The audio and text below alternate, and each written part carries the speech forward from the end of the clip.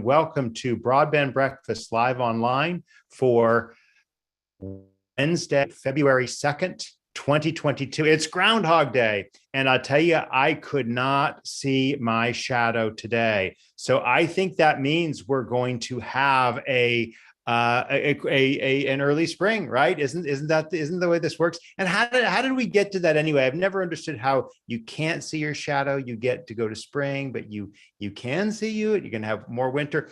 Anyway, Groundhog Day, of course, is also associated with having to do something over and over and over again. And we can't think of a more appropriate example of that than broadband mapping.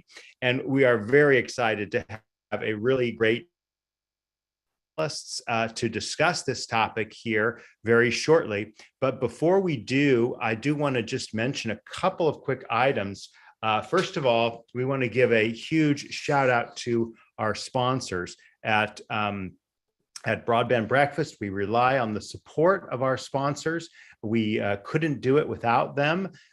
You can find out more about our sponsors on our sponsor page, which I'll put in the chat window just now. They include Utopia Fiber, Lit Communities, Broadband.money, Broadband Now, Powerhouse Management, Samsung Electronics America, Render Networks, Positron Access, and the California Emerging Technology Fund.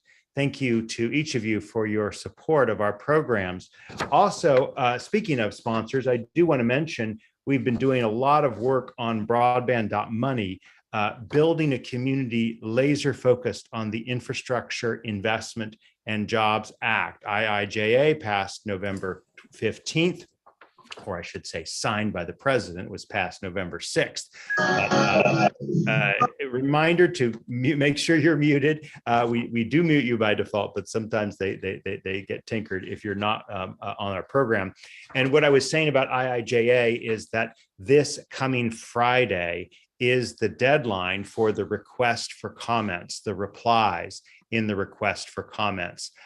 So just 5 p.m. Eastern time, get replies in. Over at Broadband.money, we've been doing a lot of work. We actually had an event about 2 weeks ago, gathering people together to talk about the request for comments because the NTIA, the National Telecommunications and Information Administration, has put out that request, and this Friday at 5 p.m. Eastern is the deadline for those responses to that. And so I'm going to put, again, just a few moments after we move past this, a link to Broadband.money, so you can find out more about those resources that are available.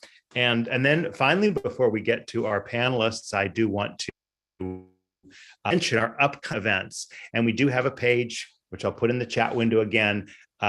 Easy way to think of it is broadbandbreakfast.com/money. You can,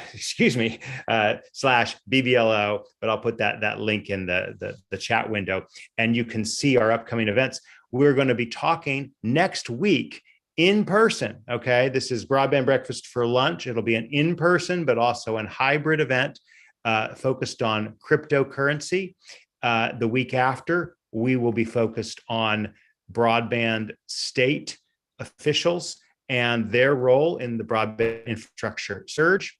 We haven't yet posted this on the website, but we are happy to announce that the week following, on February 23rd, we will be talking about some of the issues with authoritarian regimes and broadband, and how they are tackling broadband, filtering broadband, some of the issues and responses.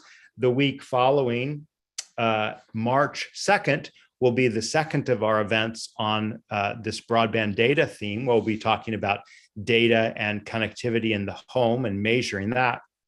And then on following, we will have another exciting event, as we do every week, because we are committed to keeping going with this every Wednesday at 12 noon Eastern time. We actually started this, it's coming up on 2 years with the pandemic, And we've been doing this since every Wednesday at 12 noon Eastern time as a way to keep us connected during this time. And it's really highlighted, the pandemic, of course, has really highlighted how important and how central broadband is to enabling greater connectivity for all of us, and making sure that we do have, as we like to say in our motto, better broadband, better lives. So with that, I'm going to go ahead and open it up to our three panelists. We have with us today Catherine DeWitt. We are very, very excited to have Catherine.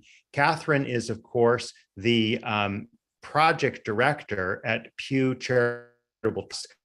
And the project that she directs is focused on broadband access. And it is an amazing project. She's been doing it for so long. And I'm really looking forward to what Catherine will tell us and show us about the resources and intelligence that's out there on broadband data in the States and the national level. So welcome, Catherine. Thank you for being with us. Right after Catherine, we're going to hear from Eric McCrae. Eric is responsible for the Institute of Government's Office of Information Technology Outreach Services. And the shorthand version of this is that the guy in Georgia who did that amazing broadband map. And so we're really looking forward to hearing from Eric about the experience of one particular state, Georgia, in tackling a broadband map, why they did it, what they did, what was different from the federal government, and these endless problems we're hearing about the FCC's role in what was once, the Form 477, then became, broadband data. Boy, it's changed names so much times I can't even keep track of it all. But in any case, whatever the FCC is doing or trying to do with mapping, sometimes it leaves a little bit to be desired. And our final guest, who unfortunately is cameraless, but he can share screens, and so he will show his money shots, which include Geo Partners mapping. And Glenn Fishbein is the co-founder of Breaking Point Solutions, which in turn has developed the geo software for broadband mapping used in over a dozen states, and rapid design studies. So I'm really looking forward to learning about those rapid design studies, Glenn. So with that, let's go ahead and turn it to you, Catherine, to go ahead and tell us a little bit about Pew Charitable Trust in broadband access. Thank you, Drew, and thank you so much for having me here today, and for your long support of our work. It's been helpful, I think, also just to be able to high five each other at events and say, "Yeah, I see you, I get you." So actually, that does happen. So if no, Drew and I think you're like, "Yeah, okay, that tracks." But again, thank you for having me here today. As Drew mentioned, I'm the project director for the Broadband Access Initiative at the Pew Charitable Trusts. And for those of you who aren't aware who Pew is or what we do, we are a nonprofit, nonpartisan research organization. And what that means is that we have experts that work on a range of issues, from state fiscal health and broadband to protecting and conserving our nation's land and resources. So don't ask me about the water protection or some of these wonky state fiscal health policies. I'm here to talk to you about broadband. But ultimately, our job is to provide the data and analysis needed to solve some of the most complex policy challenges facing leaders at every level of government. And as all of you know, broadband is one of those. My team's work launched about 3 years ago, and with the question of figuring out what states were doing to increase the availability of broadband. And we found through that research that states were actually doing quite a bit. And I think the not so surprising finding from that research as well was that it wasn't just about providing an incentive for deployment. It wasn't just about a grant or a loan. It takes a combination of activities, policy, data, stakeholder engagement, planning, and of course, funding, as well as evaluation, to not only identify what the challenge is, but what steps did the state want to take to solve for that challenge. Why did broadband matter? Why did digital equity matter with respect to larger goals around economic opportunity and overall community well-being? And states have been delivering on that. Some of them, like California, have been doing it for well over 2 decades. Others are just getting started. But the good news is that there's a lot of evidence for them to use and build on as we help them prepare for just this monumental moment, an exciting moment, but for the funds that are coming available. And that's what my team is doing now. Right now, we are providing no-cost support to 24 states and 2 territories to help these state broadband offices and programs prepare for these incoming federal funds. And we provide a range of support, including training and education for new staff members, as well as custom research and advice on based on the comparative analysis that we've done across programs. There's more information about that program on our website that I'm happy to share with the group.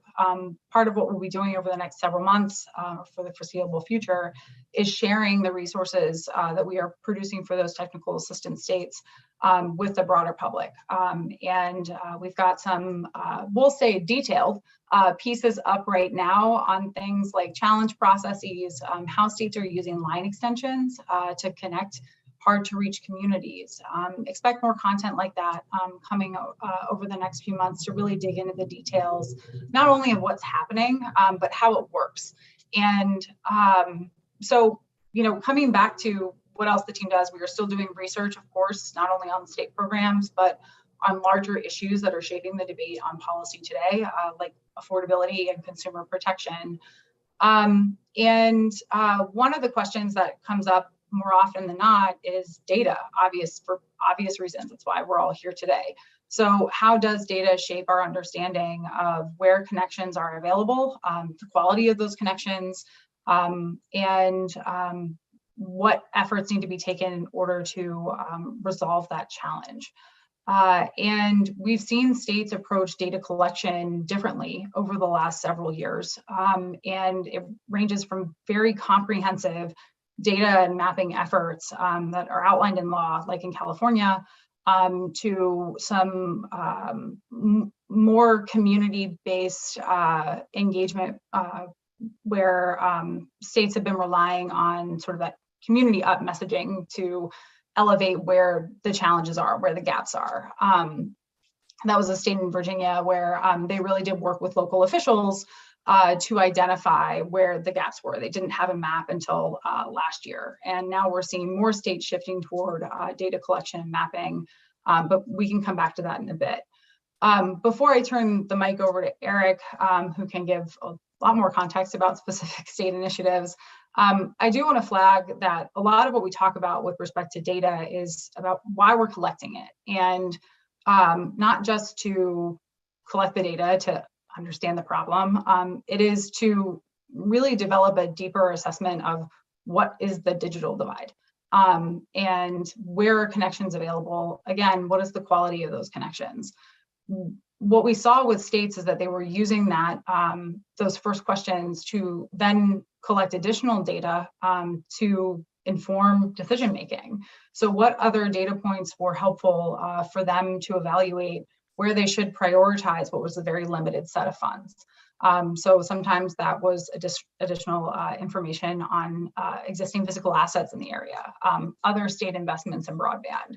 In other cases, it was socio-demographic data, like the percentage of the population that was economically disadvantaged.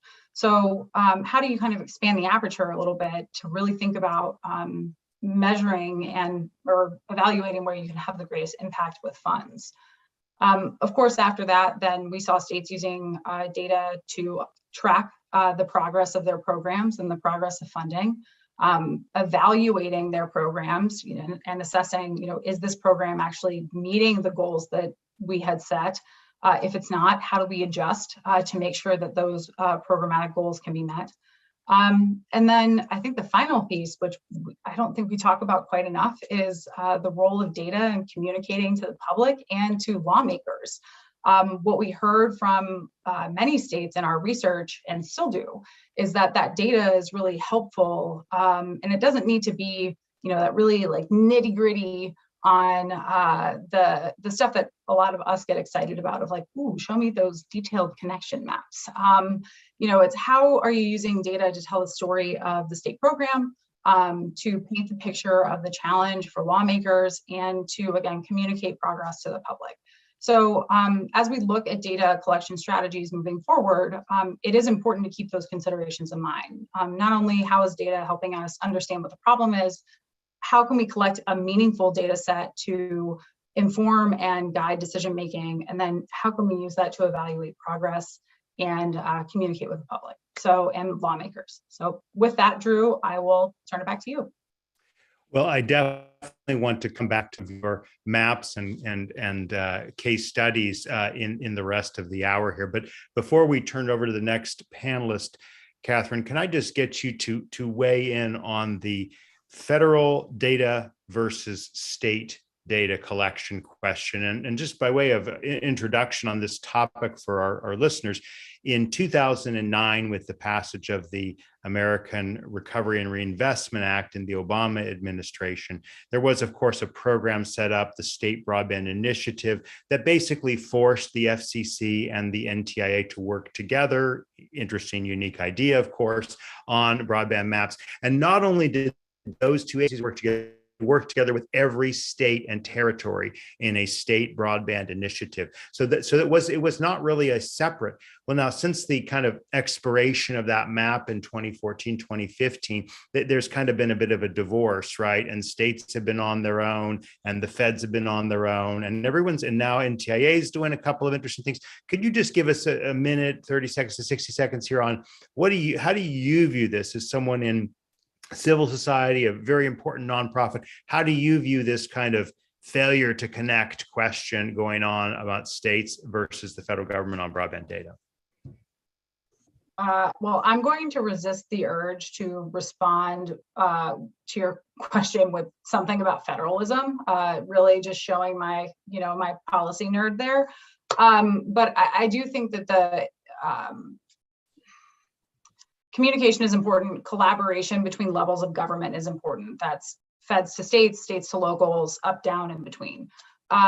So too is the opportunity to engage in challenge processes. And that's an important step forward for looking at the future maps that are produced by the FCC, is that there is a challenge process outlined where state and local governments can submit their own information to further improve the quality of the map. We could talk about this for a long time, but I do think the point I do want to make is that data in itself, just collecting data and just having the data, at this point, it is helpful. But where we've seen in our research, the real value in data is tying that to funding decisions. It's tying it to program strategy. So we can collect the quote unquote perfect data set, but how are we using that data? How are we using that to focus on outcomes? And how are we using that to really make progress on the goals that we've set? So looking forward, that's where that's what we'll be keeping an eye on, is how is data being used to inform decision making, to evaluate progress, and really being applied to help solve the problem. Okay, great. Well, you got us started. We'll come back to it for sure. Let's now turn to Eric McCrae. Thank you for being with us, and let's hear a little bit about Georgia. Sure.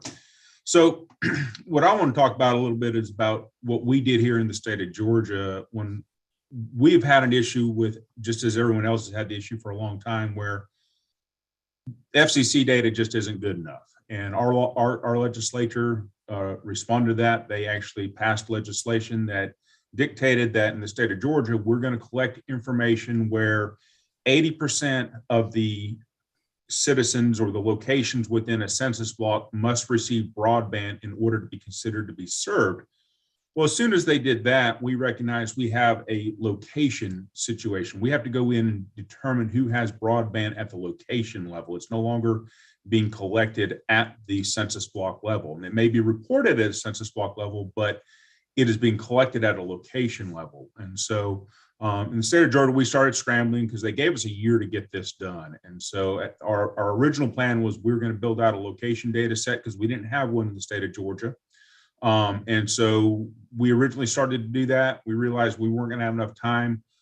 So we turned to our friends at Lightbox. We purchased their commercial data set, and we used that as our base map as far as our locations. We did some improvements on that data based upon our local data that we had here in the state. But then we set about to mapping this, the broadband in the state of Georgia. And the way we did that was we worked with all of our providers. And one of the things I will say that we did very early on is we started coordinating. We talked with all the providers. We talked with all the agencies that were involved with the process. We got everybody together. We got everybody on the same page. It was an open book. We were very transparent about it. We made very clear to our providers we were not going to share their information with anybody else. We put it into statute that it was going to be protected information. It was not available through open records requests or anything like that. So they had a comfort level going into the process. They then shared with us their detailed information about where their locations were at, and we were able to map all of that for the state. And so in June of 2020, we released our first state broadband map that showed a very stark difference between what the state of Georgia said was served versus what the FCC said was served. A couple case studies that I'll just mention real quickly are when we were doing the original broadband map that we released in 2020 was right at the start of the pandemic. And so we actually had very detailed information. So when all of a sudden, when all of our children were sent home from school and said, go to virtual learning, we were immediately able to determine how many of those kids had access to broadband at home. And we were able to immediately say, hey, we've got about 120,000 students that don't have access to broadband at home. We need to address this. We actually had 4 or 5 counties where none of the students had access at their homes to broadband. And so, and access is the first problem. The second problem is affordability and their ability to afford the broadband if even they have access to it. And so we weren't able to address that, but we were able to start working towards solutions in the state very quickly to determine where we need to build out broadband, whether it was through Wi-Fi rangers, public hotspots, you name it. We built out maps to direct kids and families to where they could go. We made basically resources available wherever we could. Now, to Catherine's point that she was just talking about is how to use data to tie to funding decisions. Well, we all know that a lot of money just came down to the states through the ARPA process. And one of the things was for broadband expansion. Well, in the state of Georgia, we felt we had a leg up because we had all the information at a location level as to who had access to broadband and who didn't have access to broadband. And so with that, when we did our grant program in the state of Georgia, we were able to look at all of the data. We were able to see when someone said, we want to serve this area, we could look at overbuild. We could see who was already serving that area or who was not serving that area. We were able to look at all the RDOF information. We were able to look at all the USDA Reconnect information. We had the entire picture. So when we went through and we funded all the different applications, and we just announced, I think, $408 million worth of broadband expansion in the state of Georgia, we were looking at it at a very detailed level. So we had all that information at our fingertips and we were able to make those decisions. And now they're still actually going to go back through and actually talk to some of these providers and say, hey, you're stepping on some RDOF over here. We want you to take these locations out because they're already funded through a different program. We want to reallocate those dollars somewhere else. And so we felt we had a very strong program because we have that information. We report all the information out to the public at a census block level, but we have all the information at a location level. And so with that, we just have just a wealth of information that I don't think we would have had otherwise. And so all this has been done, like I said, it's purely through the benefit of the providers to provide us with good information. We're in the process right now of doing the third round of the mapping. So we'll have another map. We released a map in June of 2020, June of 2021. We're working on the June of 2022 map. One of the things that we've started this year was, in the years past, we've always asked for 2 speed tiers, whether or not they can serve 10 megs down, 1 meg up, 25 megs down, 3 megs up, because in our legislation, it states that it's a 25/3 is what is considered served. I realize that that's probably not what in the future will be considered served, but at this point in time, that is what we're considering served. We've started asking for 100 down, 20 up, and 100 down, 100 up. We want to start getting ahead of where these things are going to be going in the future. And I think that's one of the things that, even when the FCC comes out with their new map and they have that information, I think states are going to want to have that flexibility, because we can move a little bit quicker than the federal government. We can make decisions and we can kind of change things up, and we can kind of model things a little bit differently, so that we can collect information at a different level to provide us with the answers to the questions that our decision makers have, so we can get that information back to them quickly. We don't necessarily need to wait on the federal government to have that be done. And so it like I said, it's a daunting task. We have about 5.5 million locations in the state of Georgia. We have 45 residential and commercial providers in the state. And we're focused mostly on residential. We're not as concerned about the commercial, but we look at both of those. And we're only looking at terrestrial. We don't look at wireless providers or anything like that. We're purely focused on terrestrial. And so terrestrial meaning, wireline and fixed wireless. Satellite. Yeah. Non-satellite, basically, yeah, exactly. Okay, wonderful. Well, thank you very much for that great summary of what you've been doing on the ground in one state, in Georgia. Let's hear now from our third panelist, Glenn Fishbein. Go ahead and share your screen, Glenn, and we can see what you want to display with us. And in the process, tell us a little bit about who GeoPartners is and how you all got interested in this topic. Well, basically, this goes back to about 2011. A company was formed called Breaking Point Solutions, which does technology developments in a number of different areas. For example, toxicity testers using spectroscopy, not something broadband would use, but we got involved in a Samsung deployment project, working on the logistics side, and discovered that they were running that project out of a spreadsheet. And that is not a very effective project management tool. So we started looking at how to automate these types of processes, and that led to the Geo software. And then GeoPartners LLC was formed about 3.5 years ago to do the marketing and front work for all the technology behind it. Now, our approach is very, very narrow when it comes right down to mapping. What we're trying to focus on is getting money to communities. That's our total focus. And the way in which we went about doing that initially was through what we call a rapid design study. And this is an example of one of 200 studies that we've done for a particular community, in this case, Scott County, Kentucky. And it has all kinds of cool little stuff in there. Each one of these things opens to a particular map or to a particular page with a whole bunch of information associated with it. And you can use this to interpret things such as our propagation or coverage or whatnot. There's a lot of content here. And this takes about 2 hours to explain to the client. But the final end product of everything that we do is what we basically call a financial analysis spreadsheet. And in this spreadsheet, what we're basically showing the community is that we look at typically 6 different types of deployments: so fixed wireless, 4 different types of hybrids, and 100% fiber to the home. And from that, we calculate what we call an installed cost of goods, ranging in this particular case from $2 million up to $50 million. And then there's this funny little thing that we observed at various grant programs. Approximately 1 in 3 applicants actually receives a grant, and 2 out of 3 don't. So the majority of the cases, you don't get the grant, you're done. So our question basically was, okay, you lose the grant, you can still move forward if you can finance it. So that led us to looking at what we call a debt service ratio function right here, which basically says if you borrow money, can you afford to pay it back?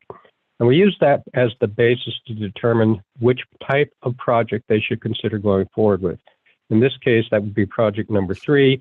Then here's some of the detail for each of the project content that went out there. These are all the cost factors that go into it. And once we select it, then we'll start looking at the debt service ratio, tax liability, ISP, return on investment. based upon the subscription rate. Well, maybe we can change that to say a 30% subscription rate, drop, say, the monthly fee by, say, $12, see what the impact is. We can see that the debt service ratio doesn't work out.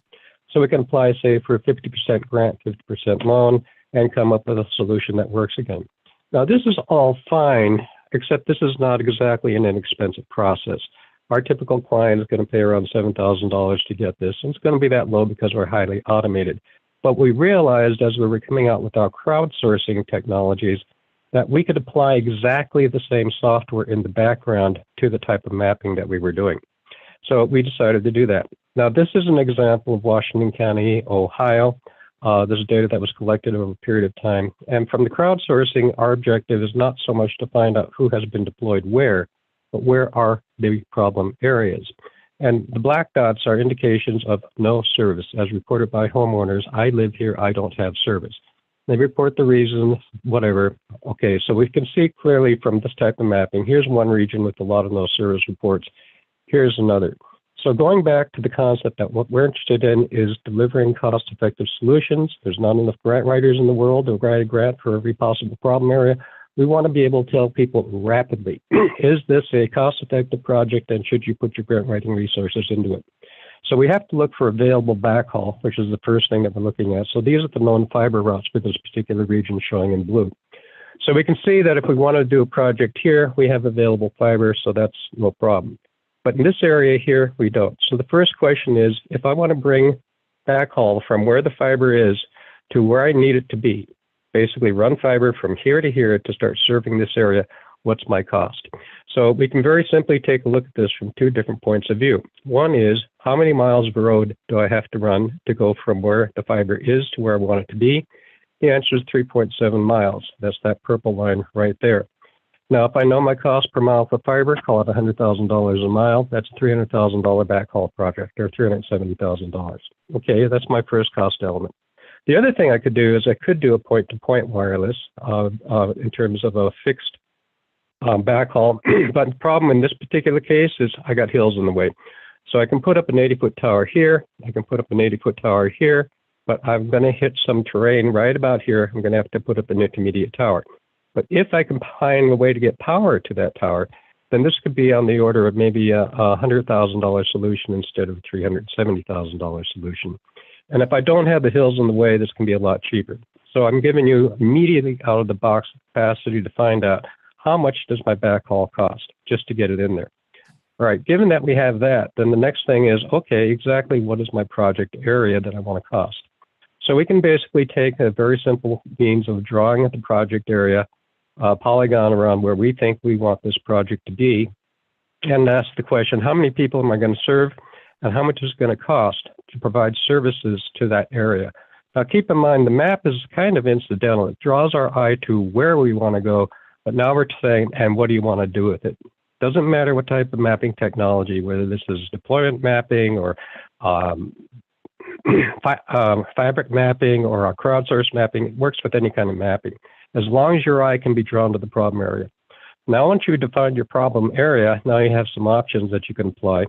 And the first thing everybody wants to do is say, okay, what's my cost of fiber? It's $100,000 a mile, blended, aerial, trenched, board. And then I want everybody of the 282 households in that area to get fiber. So there's going to be no minimum number of households in the fiber, and I don't care what the separation is. If the house is there, we're going to connect it. So I don't care about my wireless throughput because I'm not going to be using wireless. So what I do then is I basically hit the submit button. The system will use essentially the same model that we used in that spreadsheet I was showing you. And what it will give you now is three critical numbers. What's your coverage rate? It's 100%. What's my cost? $6.5 million. How competitive is it? Not very competitive. No points for competitiveness. It also will show you some of the RDOF areas as pea soup green, my favorite color for RDOF. And it also shows the crowdsourcing and some CAP information in here. Now, the project detail is broken down in the previous thing. It's showing that by the FCC 100 by 20 standard, 91% of it is eligible. Terrain's pretty sucky. The cost per fiber plant's $5.2 million. The electronics, assumed to be Calyx, is $215,000. We still have to figure out which backhaul option we want. Throw on a project management fee of 20%. That gives us our $6.5 million or $23,000 per household. And then these are the competitive elements down here that we use. So Glenn, can you kind of give us the kind of the bottom line takeaway, and others can kind of drill into this a little bit more later. We'll certainly put the link to whatever tools you'd like to share on this page. What is it that you're able to do for communities that they might not have been able to do before? We can allow them to have multiple hundreds of potential project areas defined and costed. They're stored in a database. When a grant becomes available, they can compare their stored project database against the grant criteria. And then for the grant writers that they have, they can assign those projects that have the most likelihood of winning the grant to be the ones that the grant writers work on. So the bottom line, bringing money to the community as most cost effectively as possible. Wonderful, wonderful. Thank you so much for sharing that and for giving us that synopsis of what you are involved with. Let's go ahead and but before we get into our round robin here, we certainly have a number of questions that are already teed up. But I wanted to take, I'm going to be just 2 minutes here, and I'm going to put a link to the article that I'm going to reference. This was something I did 3.5 years ago. I've been obviously involved in broadband mapping for much longer than that. But what this piece did that I've just put in the link, and we'll highlight this on the page.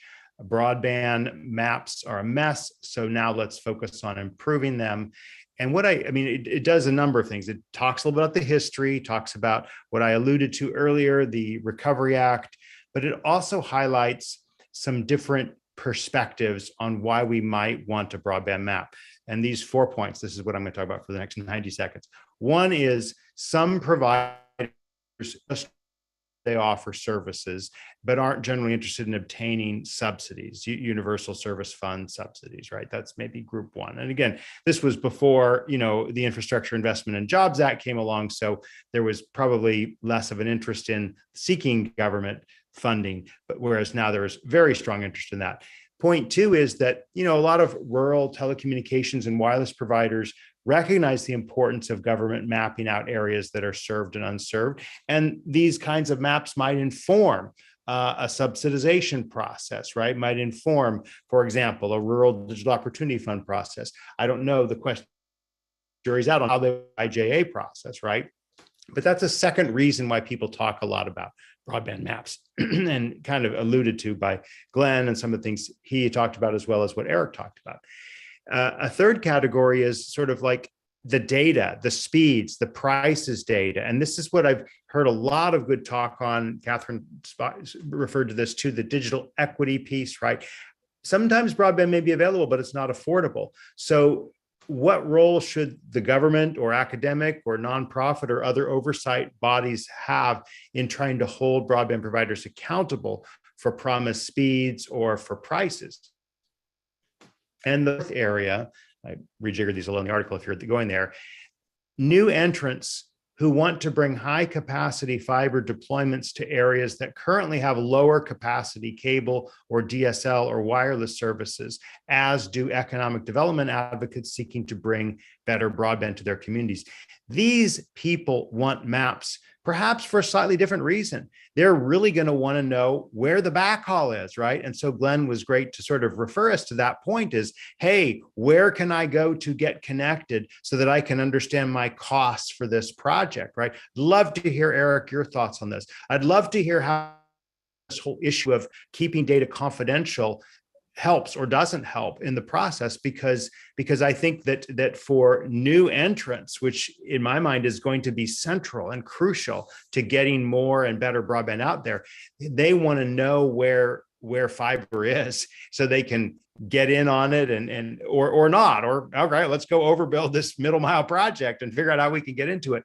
And so anyway, those are just my thoughts. They're my personal thoughts, but I wanted to share them because I've been focusing on this issue as well, and would very much like to kind of open this up to all of the questioners who've been diving in. But let's just sort of anyone want to react to each other or to the points I've just made before we start tackling the many questions that are piling up in the chat stream?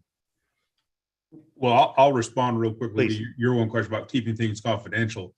I think that the confidentiality provides a level of comfort for the providers. From a decision maker standpoint, we still have all the information. And so if there's a newcomer to the party, we can actually look and see where the information already exists, and we can point them in the right direction without basically making that information public.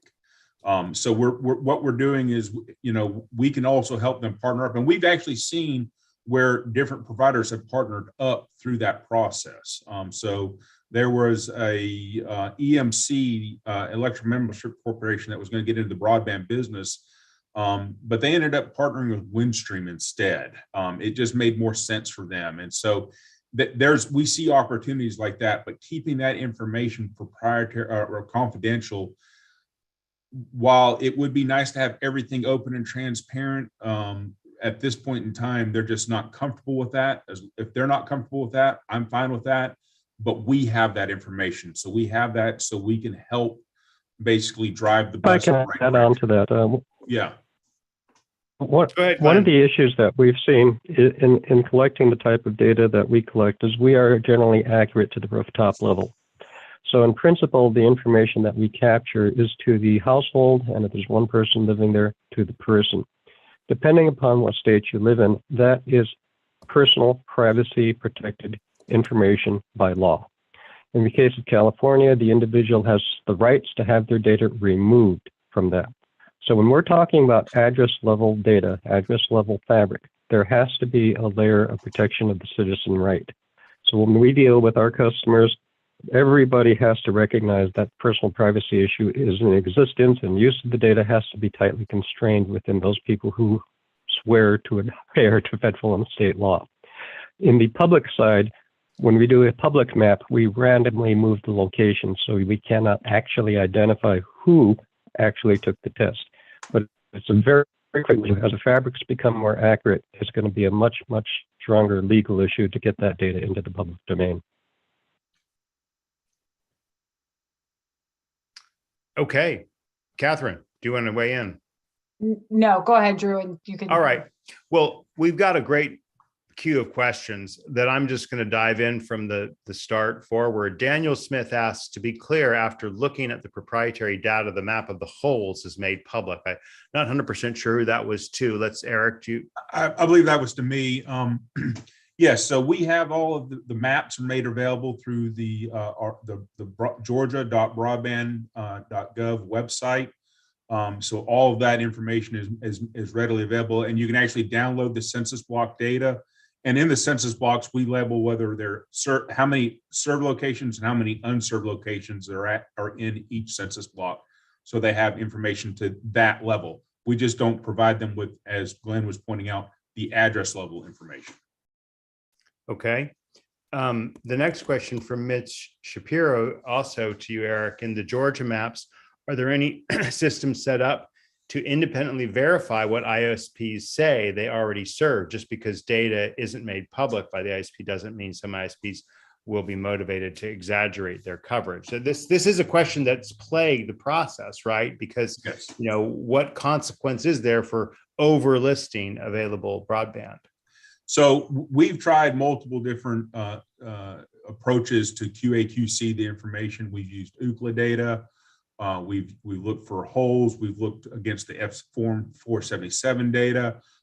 We've looked to see where they've expanded and contracted, but we also have a petition process available in the state of Georgia, where while it's not an official challenge process, providers have the ability to say, hey, we don't believe that these census blocks should be served, or we feel that these census blocks should be served, and you show them as unserved. And so we do have an official process so that as a group, we can basically police ourselves in the state of Georgia. Let's talk a little about challenges more generally. Catherine, I know you alluded to that. Could you speak to that? I mean, it's like, what's the big picture on the challenges? And I mean, in my experience, I'm going to show my biases, which is that I mean, this is really kind of a bit petty, the whole challenge notion. Like, we already provide, low quality broadband, so don't go build good quality broadband out there. I mean, that maybe I'm a caricaturing it, but that is maybe a risk of challenges. But help educate me if I'm getting it wrong. Talk to us about the challenge process, Catherine. Well, I think the challenge processes, when they're well structured, and I think that's the important point, when they're well structured, are an important part of being effective stewards of public funds, and making sure that the proposed area is in fact the one that is in need. Now, that said, going back to the point about meaningful challenge processes, that's where you can look at a couple of states and the processes that they've implemented to make sure that they are valuable. California is one state that requires fairly extensive data submissions on these challenge processes that are detailed. The same thing Minnesota does as well. And what Minnesota does, in taking it a step further, is they find that if a provider must submit data as part of the challenge process. That is a requirement. You cannot submit a challenge if you are not also going to submit data. But if it ultimately is found that the provider, particularly the one who is challenging the applicant in the first place, ultimately doesn't fulfill their service requirements, they are no longer eligible to receive state funds. So I think that there's a difference between the challenge process and going through a performative effort versus one that is meaningful, that actually answers the question at hand and tries to find a solution. And so that's where, again, we'd encourage folks to look to states, and I'm happy to share a few links as well that details that. Do you have any kind of examples, not broadening beyond the challenge question, Catherine, of resources that you'd like to take 2 minutes and share with us from Pew Trust? Sure. We have an abundance of research on our website. We actually just launched a new part on our site for all of our technical assistance materials for those memos. We have sections on analysis on federal policy itself, why the infrastructure bill is so significant, which some probably like, do you really need to write a piece on that? We do. It's important. But then we also have a lot of research covering, everything from Colorado's detailed planning and data collection process to talking about the structure of state broadband offices and how they actually operate across the country. And I think that Eric made this point earlier, and I do just want to emphasize this. Federal standards are very important because it helps create equity and a baseline across states, something that states can build from. However, what works in Georgia for deployment for digital equity may not work in a state like Wyoming. And so it is really important to consider, how do we meet those federal standards? How do we meet those federal information needs and data, but still give states the flexibility and dexterity to be able to respond to these needs at the truly local level. So anyway, some of our content covers that as well. So I can share those links. Yes, we look forward to that. And I think it's so important that the point that you underscored here, and it was actually underscored by many state broadband officials when we had them on a previous program. We hope to have more of them 2 weeks from now, is that the state broadband offices are a crucial, network hub of information, and it may not be kind of data. Maybe they want to be a source of data, but maybe they just want to be the entity that can facilitate and make good local informed decisions about the process. So let's go back to our list of questions. Philip Neufeld asks, points out, in Fresno County, we're using an open source app to put on district issued laptops and to show quality of service. And then he also asks, and I'm not sure who this is to, but great that you get unserved and rationale. How do you gather household responses as to underserved with reasons? Affordability, availability, accessibility.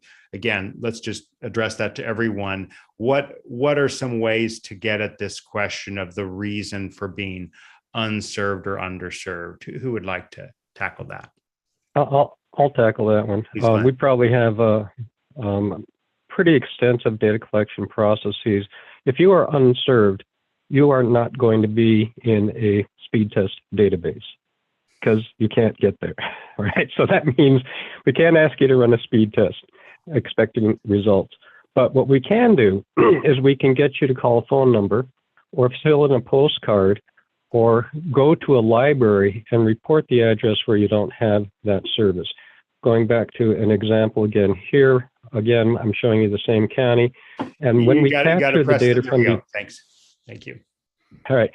So one of the things that we can do is we can summarize the quality of service within an area, and we actually can capture the reasons why there are no services. We have too expensive, not available, privacy issues, I don't have a computer, I don't know how to use the internet, I don't know how to use a computer.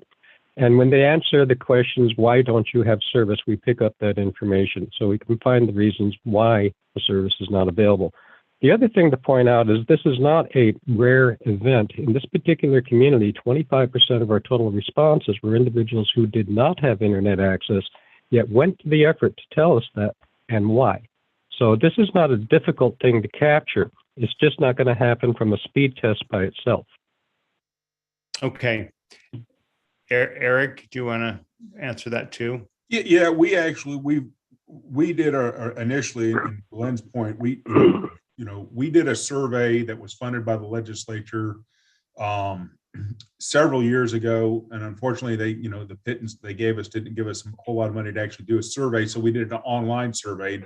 We warned them that it's kind of hard to do an online survey about whether or not you have access to broadband if you don't have access to broadband. But their hopes were people at work would answer or people at school. But what we did is we circulated that heavily through the schools and other things, and we actually got a fairly good response rate from the state on that. And many what he showed was the same results that we saw in Georgia. Since then, we've actually worked with the schools to push heavily broadband surveys and access and running speed tests, things like that. And so all the school districts have been pushing that message out there to get that information.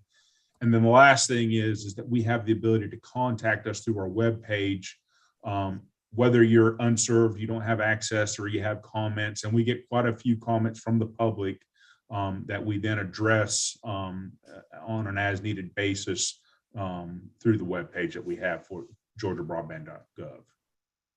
Can I just quickly draw attention to a few points that Eric just made, and also relating to Glenn's illustration? All the steps that Eric just detailed, they weren't able to. Surveys are expensive. They are resource and time intensive. They're difficult to do scientifically, especially if you're doing phone surveys. I will not bore everybody with that, but they're tough to do. And because the amount of funding wasn't available from the state legislature, all of these other steps that they had to go through in order to get this localized information, that's a lot of work. And I think that that is one thing that does get lost in the national discussion about improving data, improving connectivity. The amount of work that these state and local broadband offices put into that role as a convener, that role as a resource, that role is just collecting and gathering the data that they need to make the case for these funds and for their capacity is, it's not something that we talk about enough. And so as we talk about how are we going to support states in implementing federal funds, whether it's in data collection or anything else, it is coming back to how do we help share the load and help make the jobs a little bit easier on these folks on the ground day to day. Absolutely, Catherine. If I can example. Glenn, hang on one second. I mean, absolutely, Catherine. I mean, I obviously served in a similar role. I call it, State Broadband Initiative 1.0, right, in Illinois, the Partnership for Connected Illinois. Obviously, Matt Schmidt's gone on to do much more significant things there. But I often thought about, I kind of went for that role because of the mapping.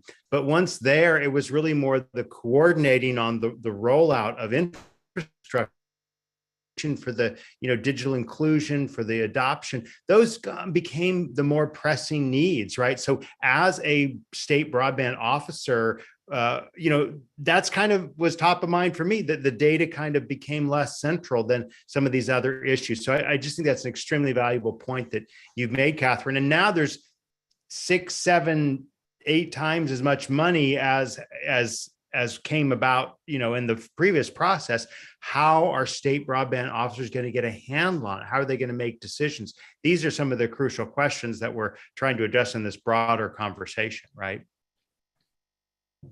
And if I can emphasize one of Catherine's points, the importance of the local individual is extremely, extremely high. And I can show you a clear example of it. This is a particular date, October 11th, 2021 in Greenwood, South Carolina. Our data indicates there's a problem here. We asked people who are managing this project to find out if they could get more data. They picked one individual who knows the community. They sent him into the community. And then what happened is that he, as an individual, contacted all these people. And there's October 12th, October 13th, October 14th, 15th, 16th, we now have a clear pattern as to where that lack of service is. That data collected by one caring individual on the ground who understood that that was his or her responsibility to try to help this program going forward. The importance of the individual cannot be underestimated. Thank you for that. We have another question here from Robert C. Broadband services dynamic, changing over time, short and long term. How are maps kept up to date for policy decisions? Eric, do you want to start on that one? Sure. So we actually update our maps publicly once per year. So we publish once per year, but we're doing a full scale data collection basically once a year, but the providers have 3 opportunities throughout the year to provide us with updates. And we're to the point now where it's almost updates are coming in at a very frequent level. With the ARPA dollars, we had another update that was involved where they had verifications. So we're constantly getting updated information from the providers, and we're updating our maps. And so the decision makers have access to that information. What we publish, though, is a once per year, just because that's a heavy lift. But we can pretty much so give, I won't say it's real time, but it's usually within 3 to 4 months of real time. When they ask questions, we can give those answers. I'm going to give each of you a chance to offer some closing remarks. We're kind of coming up on the top of the hour. Thank you. It's gone by quickly, right? Fun, never, time flies when you're talking about broadband mapping and broadband data. And we'll be back to this topic. As I said, this is the first of a multi-part series on this. I just want to remind everyone that we will be back next week in person, live online and in person, with a discussion about harnessing cryptocurrency. So go to broadbandbreakfast.com/BBLO and find the registration for that event. We look forward to seeing you in person or live online. Also, another shout out to each of our sponsors. Thank you so much for your help in making these programs possible. We did get one more question here from Ron at Broadband Institute. How can we access the tools that the panelists spoke about? They will be right here on this page that they provide to us. We'll post on this page, and you can obviously contact them as well through we can put their contact information as well. So let's go in the same order we started with. Catherine, what are your thoughts? And the takeaway I'm left with is one you sort of asked, which is how can the state broadband process be facilitated? Because the Infrastructure Investment and Jobs Act, unlike the previous one that we've talked about as well, directs the vast bulk of funds through states. So state agencies, state governments are going to get most of the money. How can they not set up a bad system? That's really the question in my mind. I'd love Catherine's thoughts as well as anything else you'd like to say, then Eric, and then we'll close with Glenn as well. Just quick final thoughts. Yeah, so states are already working to implement these dollars, both from the IIJA as well as from the American Rescue Plan Act. And they're receiving support from organizations like Pew, other experts in the federal government to help them build the programs and offices to administer these funds. The thing that I will point out is that we do have a couple of mileposts and throughout the IIJA implementation that everybody should be tracking. So of course, we've got comments due on February 4th. After that, look for the NOFO around mid-May. That's going to kick off all of this, the planning process that will eventually inform a proposal that states will submit to NTIA to actually implement their plans to get everybody online and accessing affordable devices and training. So, there is time for all of us to collect the information and to help states prepare for this. And that's what I would encourage you to do, is to reach out to your state broadband offices, say, what do you need? How can I help? Who can I connect you with? To help them gather the information that they need to develop comprehensive plans and get this rolling. Wonderful. Thank you so much, Catherine. Eric, what are some of your final thoughts here? My final thoughts are, good data, good coordination equals good decisions. And so we've seen that here in Georgia. It's definitely a repeatable process. And I'll just leave it at that. Wonderful. Thank you for being with us here, Eric. And Glenn, you get the final word here. Yeah, I think my key point is there is no correct single mapping approach. What is most important is to understand what resources you can bring for what objectives. If you're looking at digital inequity, that may be one kind of mapping. If you're looking for unserved areas, that may be a different kind of mapping. If you're looking to upgrade existing infrastructure, that could be another kind of mapping. Irrespective of how the FCC and NTIA merge, there is always going to be a need for an alternative approach as to how we look at the data. Well, with that, we will have to adjourn. We will see you next Wednesday at 12 noon Eastern time. On behalf of Catherine DeWitt, Eric McCrae, and Glenn Fishbein, I'm Drew Clark with Broadband Breakfast. See you next week. Take care. Thank you. Bye.